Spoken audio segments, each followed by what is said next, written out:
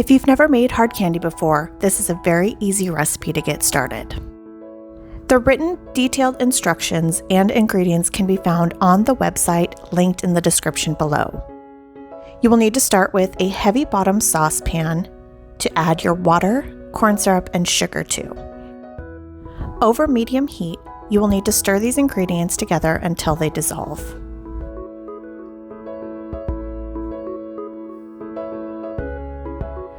The process of making hard candy is very time-consuming, but really doesn't take a lot of work, just a lot of patience.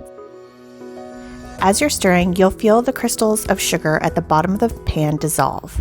It's at this point that you want to stop stirring and use a pastry brush and some water to brush down the sides of the pan.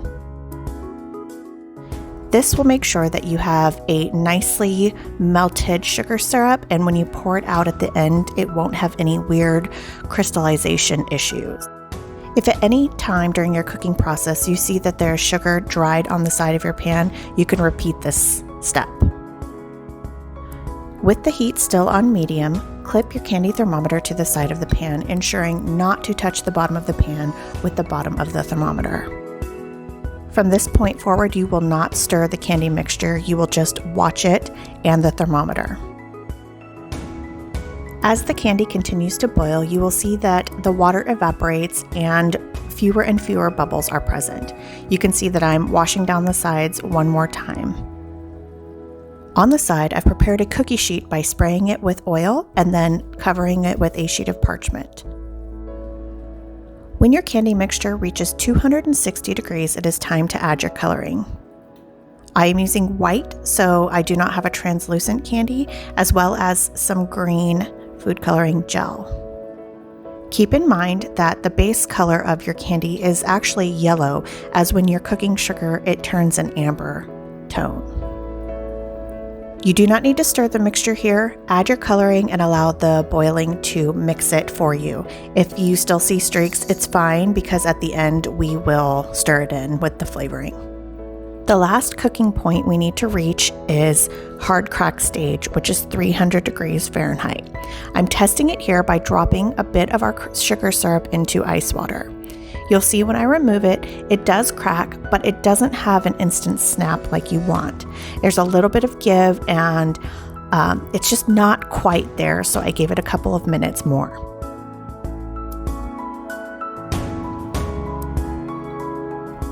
You'll see I do it one more time, a minute or two later, and it's going to give us that nice crisp breakage that you want.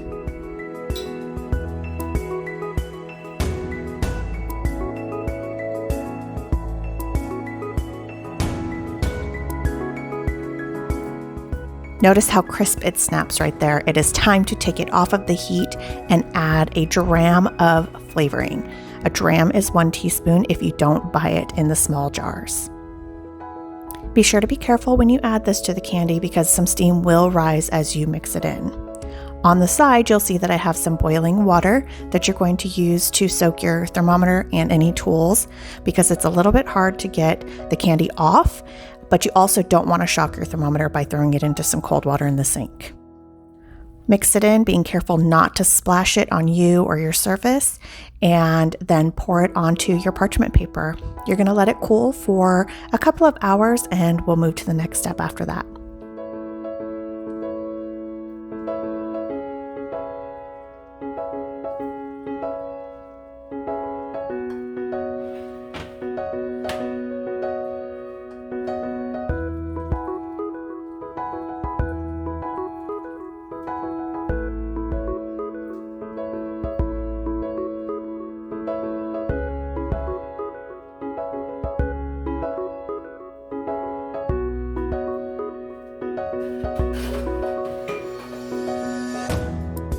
You'll see I'm going to tip the tray forward and backward to make sure that I get a nice even coating of the sugar on the surface.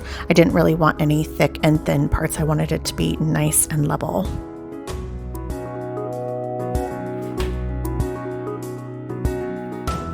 When your candy is hardened, you're going to sprinkle powdered sugar over the top of the surface and rub it in with your hand.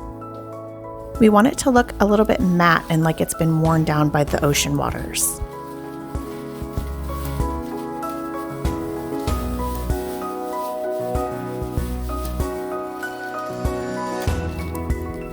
You'll see that I'm lifting it up from the tray and flipping it over to get both sides nicely coated with the powdered sugar.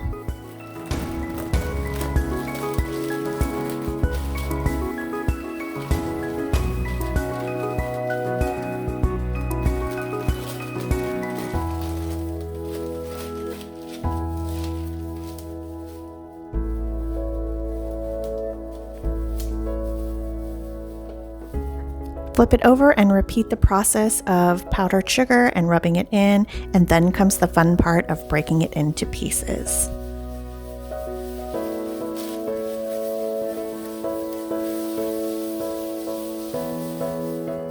You can use whatever you like here. Some people use a meat tenderizer. I just used the heavy side of a butter knife to give it a little tap and shatter it.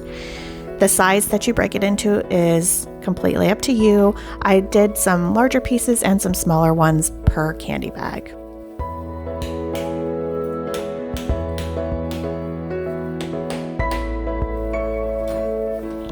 As you can see, I'm going to show you here what it looks like. I like to rub off a lot of the powdered sugar because it makes it look more authentic, I think. You'll see I'm comparing it with the other colors I've made, this teal color as well as a light yellow, which was only the white food coloring. Remember I said the amber color is the natural color of the sugar. So when you add white, you end up with a light yellow. All three of these were flavored with the same pineapple flavoring. Overnight, I stored them in an airtight container, and the next morning I put them into these little zip closed bags that I got at the Dollar Tree.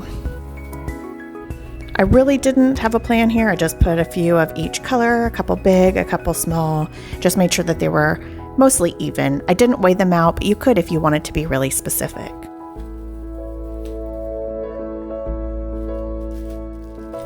I really like the way that the colors went together. It looked so cute in the bag, and even cuter when I put the tags at the top. You'll see here in the next piece.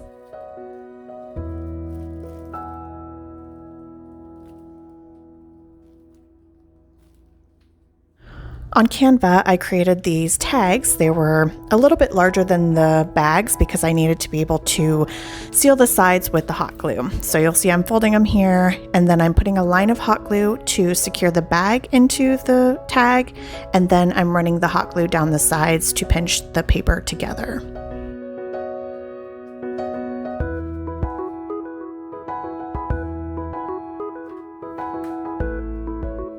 I was so happy with how these turned out, and they were a huge hit at our beach birthday party. I hope you found this tutorial helpful, and I would love to hear if you tried your hand at making your own edible sea glass.